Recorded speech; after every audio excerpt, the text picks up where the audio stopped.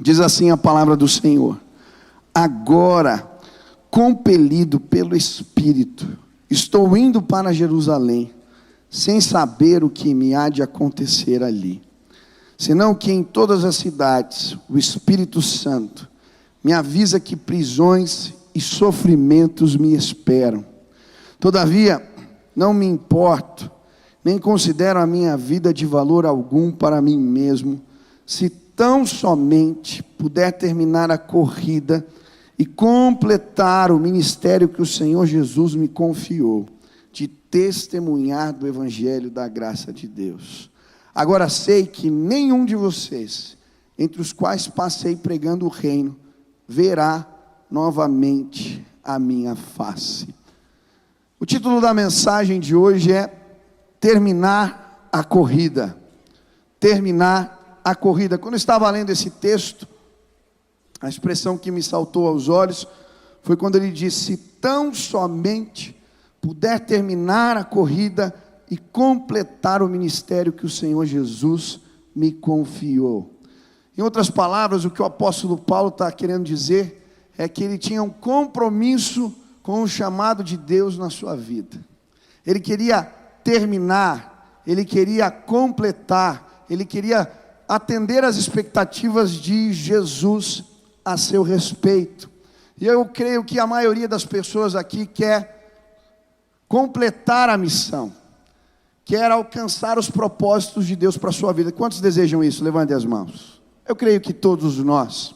Mas eu tenho visto muita gente parando na corrida da fé, ficando no caminho, ficando à espreita, se perdendo. Eu nunca vou me esquecer de uma corrida que fiz. Eu devia ter uns 12 anos de idade.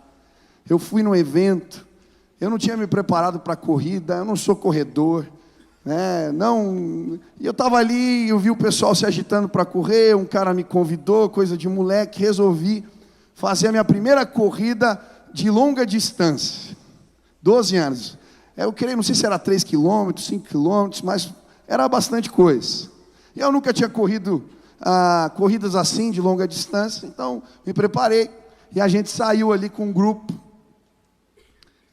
eu não lembro quantas pessoas, mas tinha um grupo, um pelotão, e eles começaram a correr, praticamente a fazer um trote assim, eles estavam correndo devagar, e eu fiquei ali junto com o pelotão, correndo um pouquinho, e de repente eu pensei, esses caras correm devagar demais, a moleza ganhar essa corrida, e aí eu falei, vou dar um sprint aqui, e saí, me achando, né, fui embora, todo mundo ficou para trás, e eu lembro que tinha uma curva assim, chegou uma hora que eu perdi de vista o povo. Eu falei, nossa, eu vou ganhar fácil a corrida. E aí fui correndo. E à medida que o tempo foi passando, eu fui perdendo o pique, fui perdendo a marcha. E aí comecei a diminuir a velocidade. E eu comecei a ver o pelotão chegando. Mas eu falei, não, eu consigo. Eu vou chegar, vou completar. E aí peguei força de onde não tinha e continuei correndo. E eu já estava vendo ali o final. Falei, eu vou chegar. E aí o pelotão foi chegando mais perto. A linha de chegada estava perto. E aí passou o primeiro cara do meu lado. Eu falei, não, eu acompanho. E eu fui correndo com toda a minha força. E daqui a pouco vou chegando no segundo, terceiro. Eu só vi quando eu caí no chão. Eu não conseguia levantar. Acabou o gás, acabou o ar, uma dor do lado direito. Tive que ser arrastado para fora da corrida. Cheguei em último lugar, arrastado. Quer dizer, não terminei a prova. Perdi para o WO. O pessoal todo passou.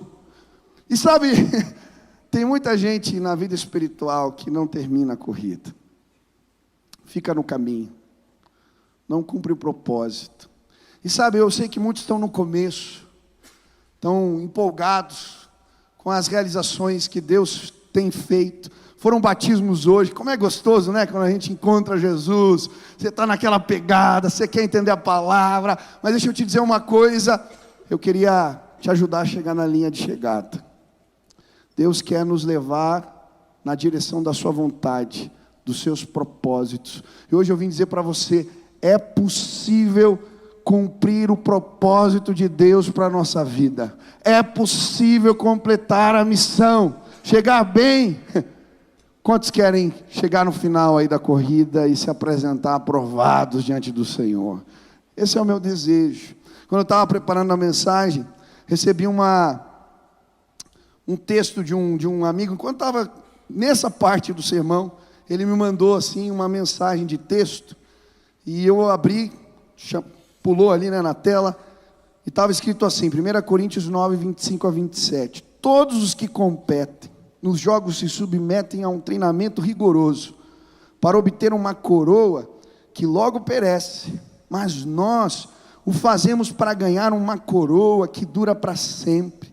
Sendo assim, não corro como quem corre sem alvo, e não luto como quem esmurra o ar, mas esmurro o meu corpo, e faço dele meu escravo, para que depois de ter pregado aos outros, eu mesmo não venha a ser reprovado. Que coisa! Falei, obrigado, Senhor, o Senhor falando por mensagem aqui comigo na hora. E sabe, eu creio que tem muita gente que está correndo sem prumo, sem direção, correndo ao léu. Tem muita gente que está lutando e brigando por coisas que não têm menor valor. E por isso você se sente vazio, por isso você se sente perdido, por isso você se sente sem propósito. Mas deixa eu te dizer, quando corremos na direção da vontade de Deus, quando corremos para cumprir aquilo que Ele nos chamou a fazer, nós não esmurramos o ar, nós não corremos sem direção, nós temos o vento do Espírito, o direcionamento do alto, trazendo certeza no nosso coração, plenitude de vida. Ah, como é gostoso viver para Jesus. Você vive para quê, meu irmão? Você está correndo atrás do quê? Acumular riquezas, ganhar uma promoção. Você está correndo atrás do quê? Alcançar o prestígio das pessoas, uma boa reputação. Deixa eu te dizer uma coisa, você vai ser só realizado quando você estiver no centro da vontade de Deus, vivendo para o propósito de Deus. E hoje eu queria te ajudar pela fé a alcançar esse objetivo, terminar a corrida, alcançar os propósitos de Deus para a sua vida. E nesse texto a palavra de Deus vai falar de 3 obstáculos que nós vamos enfrentar, que precisamos superar se queremos alcançar os propósitos de Deus para nós. Quantos aqui querem se superar? Você quer ter um desempenho melhor do que eu na corrida aí? Amém? Por favor, né? Eu creio que Deus vai falar contigo hoje. Primeira lição. Eu estou quase caindo aqui nesse negócio. Primeira lição. Olha o que o apóstolo Paulo diz no versículo 24. Todavia, não me importo, nem considero a minha vida preciosa demais para mim, contanto que... O primeiro desafio para vivermos a plenitude dos propósitos de Deus para nós, para terminarmos a corrida, é a vida valiosa demais. Eu hoje de manhã acordei com essas palavras na minha mente. Eu não sei se eu estava sonhando o que era, mas eu acordei com essas palavras. Vida valiosa demais. Vida valiosa demais. E eu lembrei de um livro que eu li há pouco, de um pastor que falava exatamente isso. Que quando encontramos o propósito de Deus para as nossas vidas, a nossa vida e todo o resto perde a importância e o valor, fica menos importante diante do propósito de Deus. E sabe, muita gente aqui não tem conseguido viver o propósito de Deus, porque a vida, o plano de vida, aquilo que você estabeleceu, se tornou importante demais para você. Eu não estou dizendo aqui que você não tem que ter amor próprio, não estou dizendo aqui que você tem que desprezar a vida, não, pelo contrário, eu só estou dizendo que numa escala entre o propósito de Deus e aquilo que você estabeleceu, a sua vida, é interessante porque quando encontramos o propósito de Deus, as outras coisas perdem o sentido. É exatamente isso que a Bíblia diz em 2 Timóteo 3, versículo 1 e 2. Ele vai dizer que nos últimos dias virão tempos difíceis, pois os homens serão amantes de si mesmos. Eu achei interessante essa expressão, amantes de si mesmo. O que a Bíblia estava querendo dizer, e se você ler o resto do versículo, ele vai dizer que eles se tornarão presunçosos, egoístas, avarentos. E ele vai descrevendo uma série de atitudes, aqueles que por amar demais a própria vida, acabaram perdendo de vista os propósitos de Deus. E eu creio que nós vivemos esse tempo. Pessoas não conseguem chegar aos propósitos de Deus, porque estão correndo atrás do dinheiro, estão correndo atrás dos prazeres, estão vivendo, buscando um corpo perfeito, cultuando a si mesmos, e a Bíblia diz que por causa disso, nos perdemos. O amor a si mesmo, o amor à própria vida, nos afasta do propósito de Deus. Marcos capítulo 8, versículo 35 diz assim: quem quiser, pois, salvar a sua vida, perdê-la-á. E quem perder a sua vida por causa de mim e do Evangelho, salvá-la-á. Apocalipse 12, versículo 11, ele está falando daqueles que estão diante do trono de Deus. Olha o que a Bíblia diz: eles o venceram pelo sangue do Cordeiro e pela palavra do testemunho que deram diante da morte, não amaram a própria vida. O que a Bíblia está dizendo? Diante do martírio, diante da morte, diante das provações, eles entenderam que os propósitos de Deus eram maiores. Martin Luther King vai dizer: se você não está pronto para morrer por uma causa, então você não está pronto para viver por ela. E é interessante que ele diz isso depois de ter apanhado inúmeras vezes, ser preso umas outras tantas, depois de receber tantas ameaças. Aquele homem que era um pastor protestante, que liderou um movimento de libertação dos negros dos Estados Unidos, ele estava dizendo: olha, eu estou disposto a entregar tudo, pelo propósito de Deus para a minha vida. E hoje eu vim perguntar para você: você está disposto a entregar o quê? Você está disposto a entregar quanto? Você está disposto a entregar tudo para viver o propósito de Deus para a sua vida? Eu confesso que quando eu estava fazendo essa pergunta aqui, escrevendo, eu me perguntei: será que eu estou disposto? E logo veio para mim os meus filhos. Quem é pai aqui? Levanta a mão. Quando nasceu o Beni, meu primeiro filho, eu lembro que eu fiquei bobo. Peguei no colo assim, eu tirava foto. Eu não sou disso, mas eu estava muito feliz.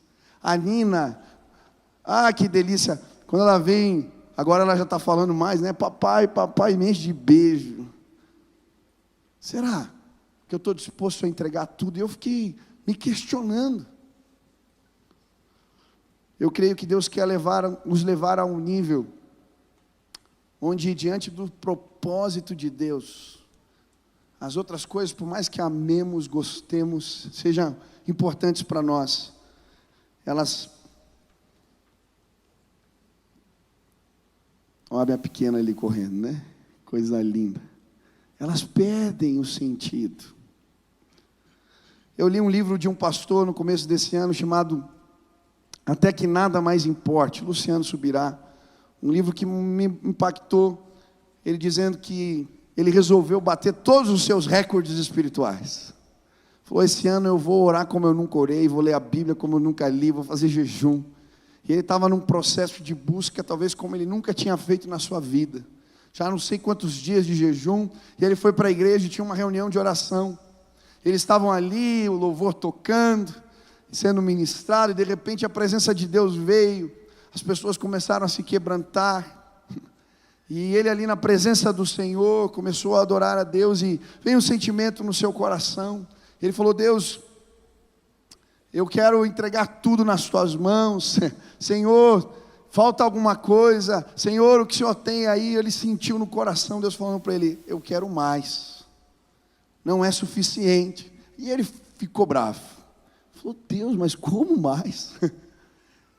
Eu não estou jejuando como nunca antes, orando como nunca antes, o que o Senhor quer mais de mim? E ele falou, e Deus falou no coração dele: eu quero que você me busque até que nada mais importe. E ele escreve esse livro, que fala de restaurarmos o primeiro mandamento: amar a Deus acima de todas as coisas. Sabe, eu creio que nos nossos dias nós precisamos levar a igreja a esse lugar. Lugar de colocar Deus acima de tudo e de todos. Eu vejo muitas mensagens e muitas pregações falando de promessas, de bênção, do favor. Mas eu vejo poucas pessoas buscando, de fato, entregar tudo, colocar tudo no altar e viver para o propósito de Deus. Você está disposto? Eu não vou esquecer de alguns movimentos que Deus me permitiu viver e que me fizeram repensar o meu cristianismo, aquilo que eu acredito. Um deles aconteceu quando eu tinha 23 anos de idade. Eu fui convidado para ir para Moçambique, uma viagem missionária. E eu estive nessas cidades, quem está acompanhando o noticiário aí, aquele ciclone chegou lá em Moçambique e destruiu tudo. Nós temos missionários lá naqueles lugares. E eu visitei Beira, Dondo, Maputo, várias cidades ali. E eu fiquei impactado com a missionária, a mulher que trabalhava no campo em Dondo. Aquela senhora saiu do Brasil quando era jovem, aquela mulher, ela tinha uma condição boa de vida. E queridos, eu fui em lugares que eu não acreditava que podia existir miséria tamanha. Eu lembro de andar na rua e ver as pessoas fazendo espetinho de rato na rua. Eu lembro que eu perguntava para a missionária, mas não tem cachorro aqui nesse lugar? Aí ele falou, olhou para mim e falou, eles comem o cachorro, o gato, que tiver na rua. Falou, Michel, você não sabe o que é passar fome. Tinha um mercado ao céu aberto, que era uma nojeira, tinha esgoto passando no meio, aqueles animais todos pendurados, aquele cheiro, aquele fedor. Eu fui em lugares onde aquela mulher fazia o seu trabalho missionário, metade quase da população aidética. Existia um hospital improvisado, que na verdade que é uma enfermaria, e ela cuidava das mulheres, todas cheias de feridas ali, aidéticas. Aquela mulher saiu da sua terra, para estar naquele lugar, no meio daquele caos, e eu ficava me perguntando, por quê? O que faz alguém fazer isso? E eu via o amor com que ela falava de Jesus e pregava o evangelho àquela gente, e eu fiquei me perguntando, eu não sei se eu seria capaz disso. Gente que entendeu, em nada tenho minha vida preciosa para mim mesmo, contanto que cumpro os propósitos de Deus. Eu lembro quando eu era criança, da visita da Nauzira na nossa casa. A Nauzira missionária na Angola. Aquela moça fazia enfermagem, e terminando a faculdade, ela estava namorando um rapaz, eles eram noivos, ela queria casar, mas Deus chamou ela para ir para Angola. E ela chegou para o cara e falou, vamos, Deus está chamando a gente. Ele falou, esse chamado não é para mim. Ela falou, mas Deus me chamou. Largou o noivo. Aquela mulher vai sem patrocínio de ninguém, sem grana nenhuma, sem apoio de junta nenhuma. Achavam que ela era uma menina, como uma mulher sozinha, vai para Angola. E ela sai sozinha, vai para aquele lugar, começa o trabalho missionário, no meio de tanta pobreza. Estoura a guerra civil na Angola. E aí os missionários de carreira, todo mundo começa a ir embora. Falavam para a menina, sai daqui. Mas ela abriu um dia o texto na palavra, falou, Deus fala comigo se é para ficar ou não. Abriu a Bíblia, pôs o dedo e Deus falou com ela que era para ficar. E aí no meio da guerra, quando todo mundo vai embora, ela fica, servindo como de enfermeira. E ela serve tanto aos soldados do governo, quanto aos guerrilheiros. Ela cuida de todo mundo, e ela é conhecida como a missionária que ficou. Todo mundo respeitava ela na Angola. Pegou não sei quantas malárias, passou por todo tipo de perrengue que você pode imaginar, e eu ficava pensando, por que essa mulher faz isso? Por que ela sai do conforto do Brasil, abandona o noivo, para ir para esse lugar passar dificuldade? Em nada tenho a minha vida preciosa para mim mesmo, contanto que cumpra a carreira que me foi proposta. Sabe, Deus quer nos elevar Cumprir a missão tem a ver com uma revelação de Deus para a tua vida, querido. Uma revelação que nos faz entender que todo o resto perde o sentido e o valor. Se eu não estiver no centro da vontade de Deus, quantos querem cumprir o propósito de Deus? Levantem as mãos. Existem coisas que têm que perder o valor na tua vida. O que Deus está pedindo para você entregar hoje? O que está te tirando ou roubando você, a tua atenção do foco de Deus, do propósito de Deus? Meu irmão, eu fui para todos esses lugares, e eu vi essas mulheres e tantos outros missionários, servindo a Deus com tamanha alegria, e eles contavam para mim, com um sorriso no rosto, testemunhos e testemunhos, porque eles estavam vivendo a plenitude dos propósitos de Deus. Hoje eu vim dizer para você, o que você tem que entregar no altar? Talvez um relacionamento, querido. Talvez o teu trabalho. Talvez um sonho de criança. Mas eu quero dizer, o Senhor está nos chamando a declarar como o apóstolo Paulo: em nada tenho a minha vida preciosa para mim mesmo. Segunda lição. Segundo obstáculo. Você quer terminar a corrida? Obediência que não mede o custo. Versículo 23 diz: senão que em todas as cidades o Espírito Santo me avisa que prisões e sofrimentos me esperam. O apóstolo Paulo parece doido às vezes. Ele vai para Mileto, ele está viajando, e ele para em Mileto, manda chamar os líderes da igreja em Éfeso, e eles fazem uma reunião, e ele diz para eles: olha, eu quero dizer para vocês que Deus está mandando eu ir para Jerusalém, e o Espírito Santo de Deus já me mostrou que lá eu vou passar por dificuldades, prisões, torturas, problemas. Eu vim me despedir de vocês porque eu não vou mais ver o rosto de vocês de novo. Olha que forte isso. E é tão forte esse encontro, que você lê o resto do capítulo, você vai ver que eles terminam abraçados.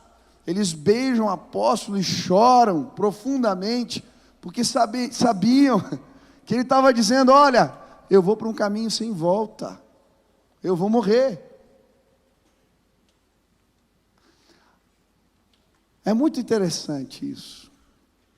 Quando a gente serve ao propósito de Deus, quando a gente está disposto a terminar a corrida, a gente obedece, até quando isso significa perder. A gente não mede o custo. E sabe, muitas vezes seguir a Jesus,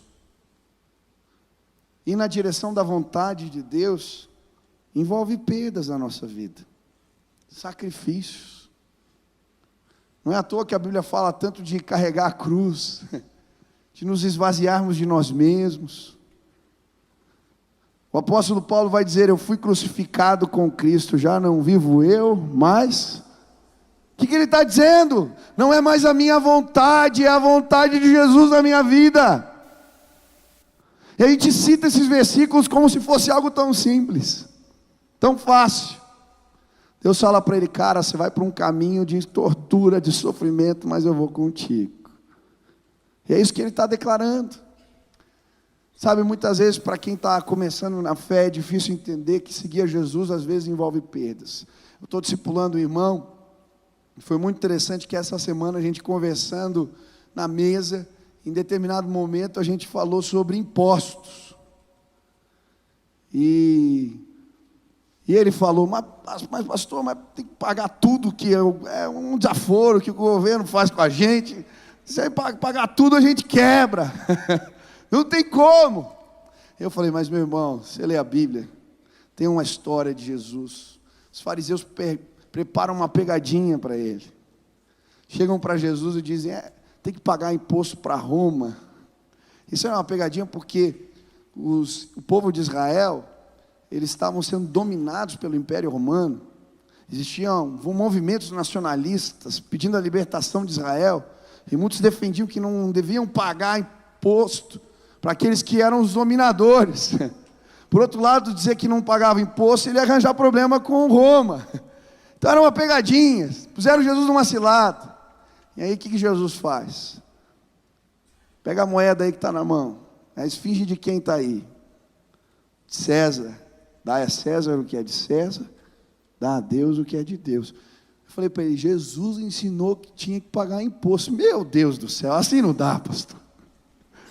Aí eu vou quebrar. Como é que a gente faz? Sabe, queridos, muitas vezes seguir Jesus envolve perdas na nossa vida. Envolve abrir mão de coisas, de maneiras com as quais vivíamos, fazíamos, acontecíamos. Tem muita gente que quer seguir Jesus e não quer ser obediente, custe o que custar. Essa semana aconteceu algo interessante comigo. A gente está mexendo com o negócio da arena, e estamos orando. Começou uma batalha lá em casa. Sexta-feira quebrou um carro, na quarta-feira quebrou outro. Numa semana quebrou meus 2 carros. Mas o diabo está derrotado na minha vida em nome de Jesus. Primeiro que quebrou foi o carro que a minha esposa usa mais, deu pau no motor. Sabe que você ligar, o cara te passar aquele orçamento salgado, fazer um motor custa caro. Eu falei, eu não acredito. Cheguei de viagem essa benção. E aí quando eu fui investigar o que tinha acontecido, quando eu comprei esse carro, ele veio com vazamento de óleo. Eu entreguei, eles acionaram a seguradora na loja, e a seguradora, eles trocaram o filtro de óleo que estava vazando. Só que eles puseram o filtro de outro carro. E aí vazou o restante do óleo e danificou o motor. E eu estava cheio de direito. Falei, eu vou ligar lá, eu vou reivindicar meus direitos, eu vou fazer, valer e tal, porque Mas eu fui orar e o texto que Deus me deu. Se o irmão roubou uma capa, dá a ele a outra. Eu falei, Jesus, assim não dá. Eu vou sair no prejuízo. Falei, tá bom, Deus. Se é para fazer assim. Falei, eu vou ligar na loja. E realmente a loja não tem culpa. Até o banheiro da loja era excelente. Sabe aquele banheiro cheiroso, tudo, o atendimento, tudo perfeito. Não tem culpa. Foi lá a seguradora, tá bom, é para ficar com prejuízo, eu vou ligar lá, vou elogiar, vou falar só para eles saberem o que aconteceu, não vou reivindicar nada e vou pagar a conta. Deus abençoe. Pronto, liguei. Consegui o dono da loja, o telefone do dono da loja. Entrei em contato. Quem me atendeu foi a esposa, contei a história. Falei, não quero reivindicar nada, só quero uma ajuda para uma indicação, e papapá, nananá. Beleza, falou, vou falar com meu marido, amanhã ele te liga, para quem sabe você me ajuda no lugar que possa arrumar e tal. Bom, foi isso, conversa. No outro dia, recebo uma mensagem do cara. Ficou impressionado que ia tomar café comigo. E aí o Espírito Santo falou para mim, tá vendo? Teu motor quebrou, foi por um motivo. Você vai apresentar Jesus para esse cara. Eu quero que você olhe, porque nas próximas semanas eu vou falar de Jesus para ele. E sabe, se ele se converter, eu vou fazer uma festa, porque que bênção que o motor do meu carro quebrou, aleluia. É verdade. E aí Deus é tão bom que ligou o irmão da igreja que tem ferro velho, falou, pastor, eu vou dar um jeito, eu sei que vai sair barato esse negócio. Porque Deus cuida da gente. Glória a Deus. Aí no outro dia quebrou outro carro. Você acha que eu vou perder minha paz por causa do carro que quebrou de novo? Quem sabe Deus quer quebrar o teu carro essa semana, amém? Nós vamos ganhar todos os donos de loja de Curitiba, aleluia! Meu irmão, você pode ver as coisas pela tua ótica, você só vai achar desgraça quando os problemas vêm. Mas se você procurar os propósitos de Deus, você pode celebrar até mesmo quando o motor do carro quebra, porque está no centro da vontade de Deus. Significa obedecer, mesmo quando tem custo, e louvado seja o nome de Jesus por isso. Quem já passou por prova, por problema, que você não conseguia entender o porquê, mas depois Deus mostrou para você, era por isso? Levanta a mão. Deixa eu te dizer, não perde a tua alegria, irmão, porque quebrou uma coisa em casa, deu um problema ali. Não perde a tua alegria, não. Eu sirvo um Deus todo-poderoso, existem propósitos maiores, todas as coisas cooperam para o bem daqueles que amam a Deus e buscam os seus propósitos. Você quer viver para isso? Vai quebrar o motor lá do teu carro.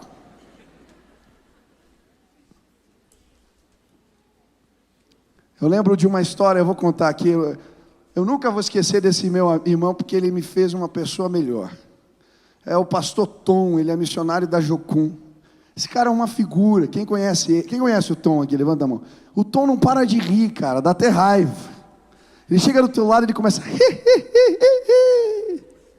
tudo é glória a Deus. Esse cara, ele tinha uma hepatite, aquela mais grave, estava condenado, ia morrer. Nós levantamos um clamor, e eu lembro com os olhos amarelados, aquela coisa toda. Um dia eu encontrei, fui numa vigília na Jocum, encontro ele. Falei, como é que você está, cara? As coisas melhoraram? Aí ele olhou para mim, Michel, não melhorou não. Falei, o que aconteceu? Eu fui curado. Tá bom, Deus tirou tudo, não tem nada, doido. E aí ele me convidou para ir uma reunião em Brasília. Aí fui para Brasília com ele. Era um movimento muito doido, coisa do Tom, me levou para esse lugar. Cheguei lá, sabe quando dá tudo errado? Quando eu fui sair, ele foi na minha frente, eu ia encontrar ele lá em Brasília. Quando eu fui sair de viagem, fui comprar a passagem, tinham cancelado o meu voo. Aí eu liguei para ele, eu falei, Tom, cancelaram o meu voo. Ele, glória a Deus. Eu falei, cara, você não quer que eu vá na viagem? Fala logo, vai dar tudo certo, você vai ver. Aí fui lá, reclamo na companhia, fala, quando eu vi, me arranjaram um voo para chegar antes, num lugar melhor, companhia melhor, tudo certo. Aí liguei de novo para ele, não te falei? Glória a Deus. Eu falei, tá bom. Aí nós fomos para a reunião, uma bênção, conversa para lá, termina, ministra, prega, fala. Terminou a reunião, levaram a gente para jantar. Naquela época, o pastor comecinho assim, estava duro, não tinha dinheiro para nada. Aí chegamos na churrascaria, o irmão falou assim, pode comer por minha conta. Eu, que bênção. Chegamos, comemos de tudo. Quando terminou a janta, cadê o irmão? Foi embora, esqueceu da gente.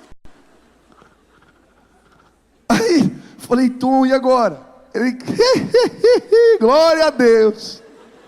Falei, cara, você tem problema, deixa que eu pago a tua conta. Falei, glória a Deus, irmão. Aí entramos no banheiro lá para lavar a mão, ir embora, não sei o quê. Aí eu falei assim, ele falou, esqueci minha jaqueta lá no auditório. Falei, cara, você perdeu porque a gente não volta mais lá. O que ele falou? Glória a Deus, minha mulher não gostava dessa jaqueta. E foi a viagem inteira assim. Fomos dormir no quarto do hotel, estávamos nós dois. Aí era de madrugada e a gente falando alto. Eu falo alto, ele ri alto. Daqui a pouco batem na porta. Eu falei, e aí, ó, Tom, você fica rindo alto, cara. Os caras vieram reclamar. Foi você que fala alto, cara. Fui na porta, abro uma mulher. Posso usar um telefone 2, 3 horas da manhã? Falei, usar o telefone? Mas usa no teu quarto. Daí ela falou para mim assim, é que aí dentro é bem melhor. Eu falei, misericórdia. O Tom levantou da cama, falou, minha filha, vai lá para baixo, tem recepção, tem telefone, e fechou a porta na cara da mulher. Eu voltei assustado, deitamos na cama, assim, aquele silêncio. Eu não falava nada. De repente o Tom, glória a Deus. Eu, como assim? Estamos incomodando o diabo, mandou até a secretária dele bater na nossa porta.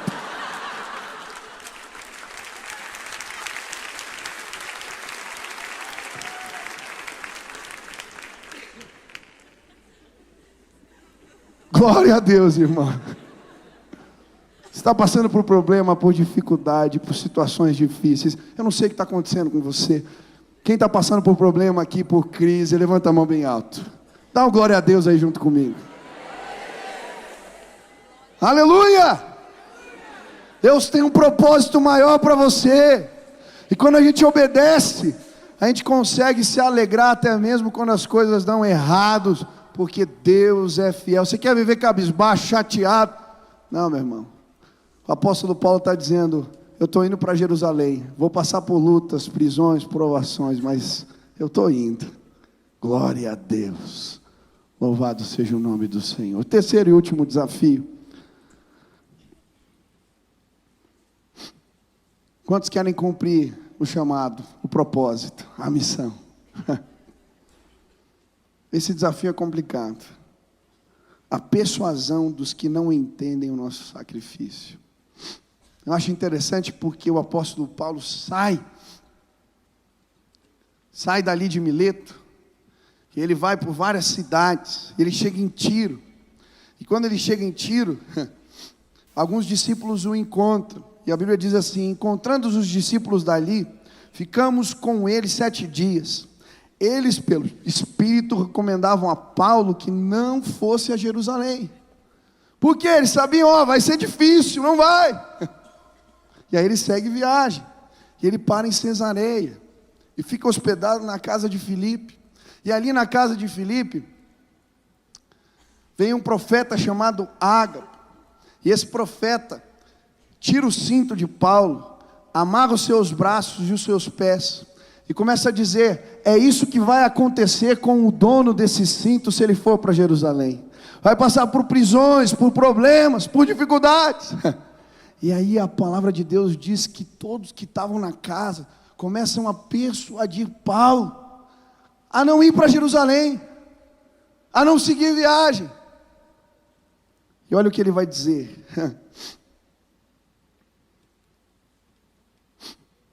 Dessa maneira, quando ouvimos isso, nós e o povo dali rogamos a Paulo que não subisse para Jerusalém. Então Paulo respondeu: por que vocês estão chorando e partindo o meu coração? Estou pronto, não apenas para ser amarrado, mas também para morrer em Jerusalém, pelo nome do Senhor Jesus. Que coisa linda! Aqueles que estavam dizendo para Paulo não seguir viagem, eram pessoas que o amavam. Gente que estava dizendo: não vai, você vai sofrer. Gente que não entendia a disposição do apóstolo em se sacrificar. E sabe, muitas vezes isso acontece com a gente. Aconteceu com Jesus. É interessante a história, quando Jesus está com os discípulos, ele pergunta para eles: quem as pessoas estão dizendo que eu sou? E um começa a dizer: eles dizem que você é um profeta, que você é isso, que você é aquilo. E aí ele pergunta: e vocês? E Pedro toma a frente e diz: tu és o Cristo, Filho do Deus vivo. Aleluia. Jesus fica feliz com a resposta, abençoa Pedro e continua falando. E ele vai dizer: olha, eu vou passar por provações, por lutas, eu vou ser crucificado, mas ao terceiro dia eu vou ressuscitar. E daí Pedro fala assim: Jesus, vem para cá. Não fala isso, Jesus. Isso nunca vai acontecer. Jesus vira para ele e fala: o quê? Arreda-te de mim, Satanás. Por quê? Tinha acabado de elogiar, mas agora arreda-te. Sabe por quê? Porque mesmo aqueles que nos amam mais e que nos querem bem, às vezes vão tentar impedir a gente de ir na direção do propósito de Deus. Paulo fala: não façam isso. Não partam meu coração, eu vou seguir viagem. E tem muita gente que está parando aqui, que não consegue cumprir a missão e o propósito, porque o apelo daqueles que amam fez você parar. Talvez foi a tua esposa, o teu marido, talvez a tua mãe, ou alguém querido. Eu não sei. Quantos jovens eu já ouvi aqui me contando: pastor, eu tenho convicção, mas eu fui falar em casa e minha mãe, meu pai, eles não entenderam o meu chamado para o ministério. Acho que eu vou dar mais um tempo. Eu lembro de uma irmã, quando eu falei que ia fazer teologia, ela é amiga da família há muitos anos, ela tentou me convencer de todo jeito que eu não deveria fazer isso. Filho, você vai passar dificuldade, faz uma faculdade, faz um negócio, mas eu tinha convicção. E eu vejo pessoas vivendo assim, deixando de viver os propósitos de Deus, porque não resistem à persuasão daqueles que amam.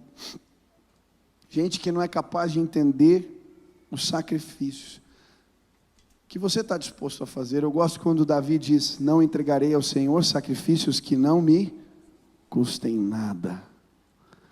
Araúna está dizendo: fica com os bois. Ele vai pedir a terra, fica com a terra, fica com tudo. Não, esse sacrifício é meu. Eu vou falar do Pedrinho aqui, eu gosto do Pedrinho. O pai do Pedrinho não é crente, não conhece a Jesus. E desde que o Pedro tem 13 anos de idade, eu lembro do dia que ele foi na minha sala, eu falei: esse menino vai ser pastor.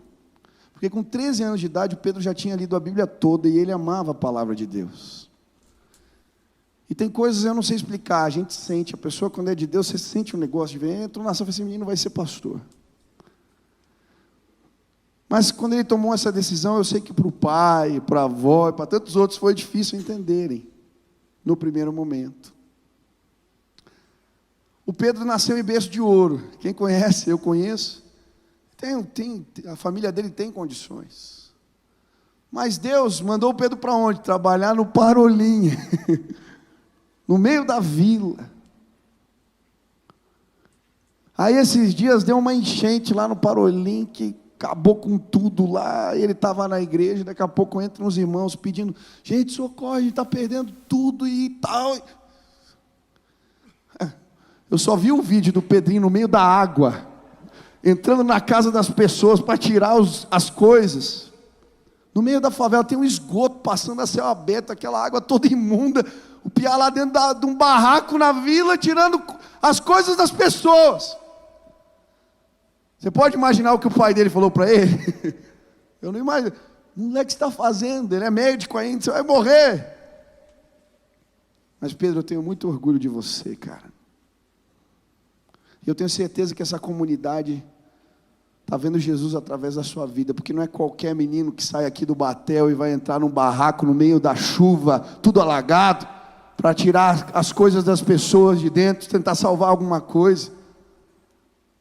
Teu pai não vai entender e muita gente não vai entender, mas Jesus vai ser glorificado através da tua vida, meu filho.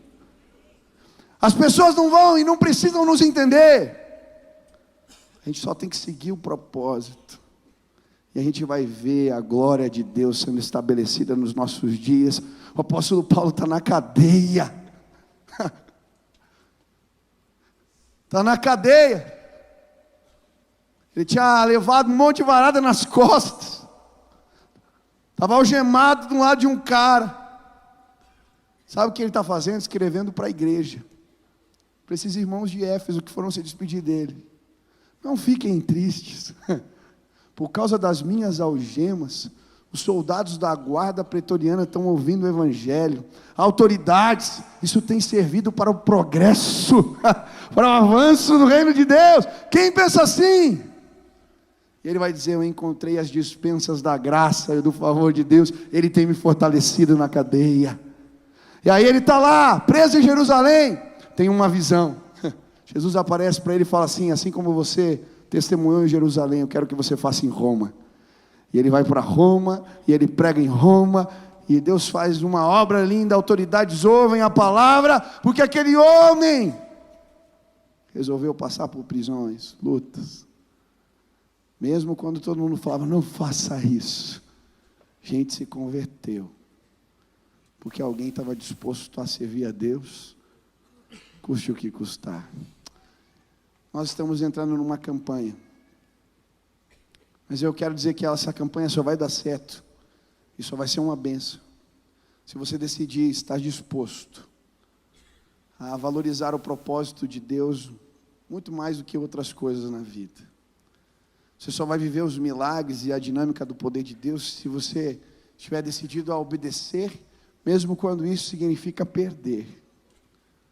Você só vai viver os milagres de Deus se você enfrentar a persuasão daqueles que amam e não entendem o seu sacrifício. Mas quando você tomar essa decisão e andar pela fé, os sinais de Deus acompanharão a tua vida e os propósitos do Senhor se cumprirão dia após dia. Vai ter história para contar, vai ter milagre para testemunhar, porque Deus é grande e poderoso. Hoje eu vim convidar você a tomar a tua cruz, a se esvaziar de si mesmo, a viver para a vontade de Deus. Pastor, não é fácil isso. Não é fácil para ninguém.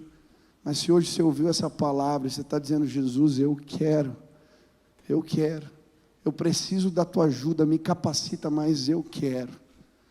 Aonde você está, fique de pé no teu lugar, eu quero orar por você agora, pedir: Senhor, nos capacita, nos ajuda, nós queremos viver o teu propósito, nós queremos chegar no final da corrida, nós queremos atravessar, nós queremos ir além, Deus.